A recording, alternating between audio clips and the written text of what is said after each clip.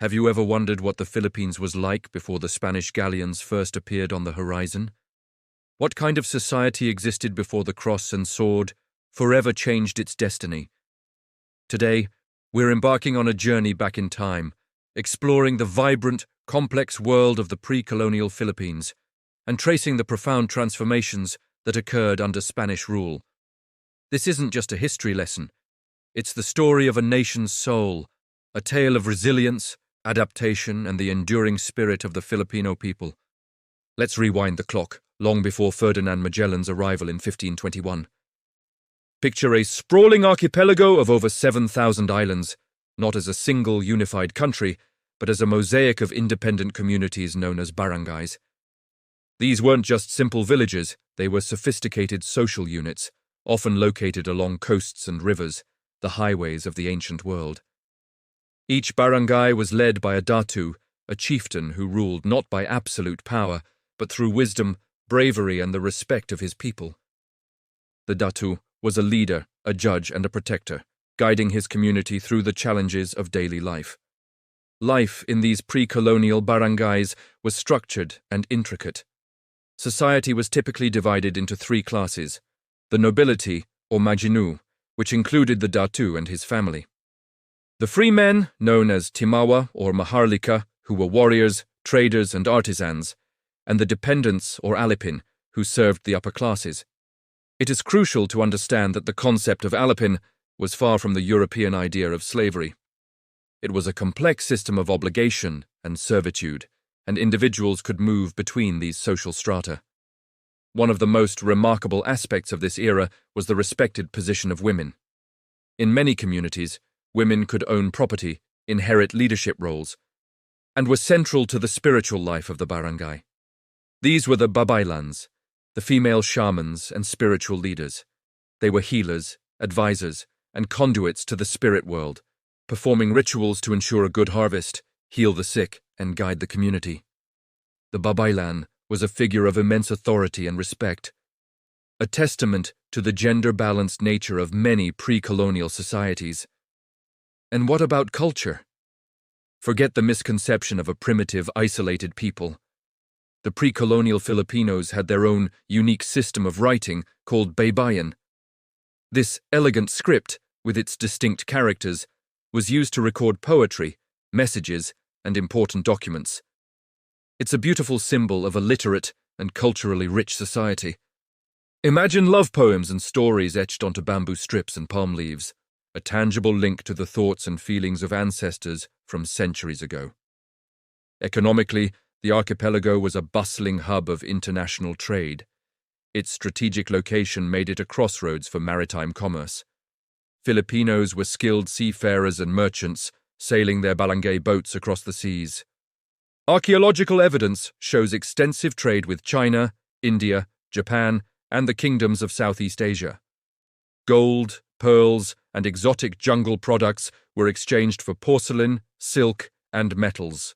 This wasn't a world in isolation. It was a dynamic and connected part of a thriving Asian trade network. The people were cosmopolitan, accustomed to interacting with different cultures and ideas. Then, everything changed. In 1521, the arrival of Magellan marked the beginning of a new, transformative, and often brutal chapter. While Magellan himself was killed in the Battle of Mactan, led by the valiant Lapu-Lapu, it was only a temporary setback for the Spanish crown. By 1565, Miguel López de Legazpi established the first permanent Spanish settlement in Cebu, and within a few years, Manila became the capital of the new Spanish colony. The era of Spanish rule had begun, and it would last for over 300 years.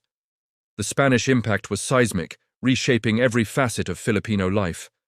The fragmented system of independent barangays was dismantled and replaced with a centralized government, ruled by a Spanish governor-general who answered directly to the King of Spain.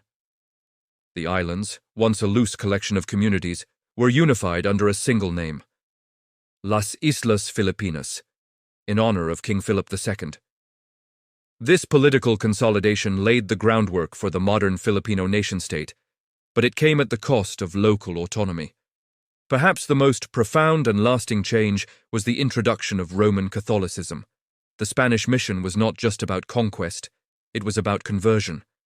Friars from different religious orders fanned out across the islands, building magnificent stone churches that still stand today. The old animistic beliefs and the authority of the Babaylan were suppressed, often violently. Filipinos were baptized, given Spanish names, and taught the Catholic faith. The fiesta, a celebration in honor of a town's patron saint, became a cornerstone of community life, blending Catholic ritual with indigenous traditions of feasting and celebration. Education and language were also transformed. The Latin alphabet replaced Baybayin, which gradually fell into disuse, while the Spanish language became the medium of government, law, and literature for the elite. It never fully replaced the local languages among the general populace. The friars, in their effort to spread the gospel, actually became experts in local dialects, producing some of the earliest grammars and dictionaries of languages like Tagalog and Cebuano. Economically, the Spanish introduced the encomienda system. This was a land grant given to Spanish conquistadors and officials, giving them the right to collect tribute from the natives living on that land. In theory, the encomendero was supposed to provide protection and religious instruction. In practice, it often led to widespread abuse and the exploitation of Filipino labor. This system fundamentally altered land ownership patterns and created a new landed elite, a social structure whose effects are still felt in the Philippines today. The galleon trade between Manila and Acapulco, Mexico, also turned the Philippines into a vital link in a global economic network, but the profits primarily benefited the Spanish and the colonial elite, not the majority of the Filipino people. So, what is the legacy of this 333-year period? It's a story of profound and complex fusion. The Philippines today is a unique blend of East and West. You can see it in the language, peppered with Spanish loanwords. You can see it in the architecture, with Baroque churches standing alongside modern skyscrapers. You can see it in the food, a delicious mix of indigenous ingredients and Spanish culinary techniques. You see it in the names, the laws, and the strong Catholic faith of the majority of the population. But to say the Philippines simply became a copy of Spain would be a huge misreading of history. The story of Spanish rule is also a story of Filipino resistance.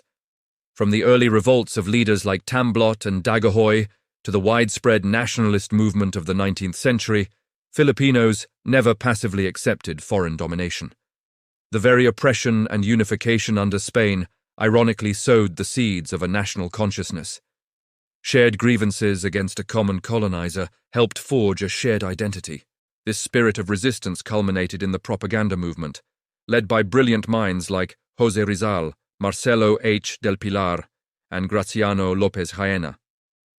Through their novels, essays, and newspapers, they exposed the injustices of colonial rule and awakened a sense of national pride.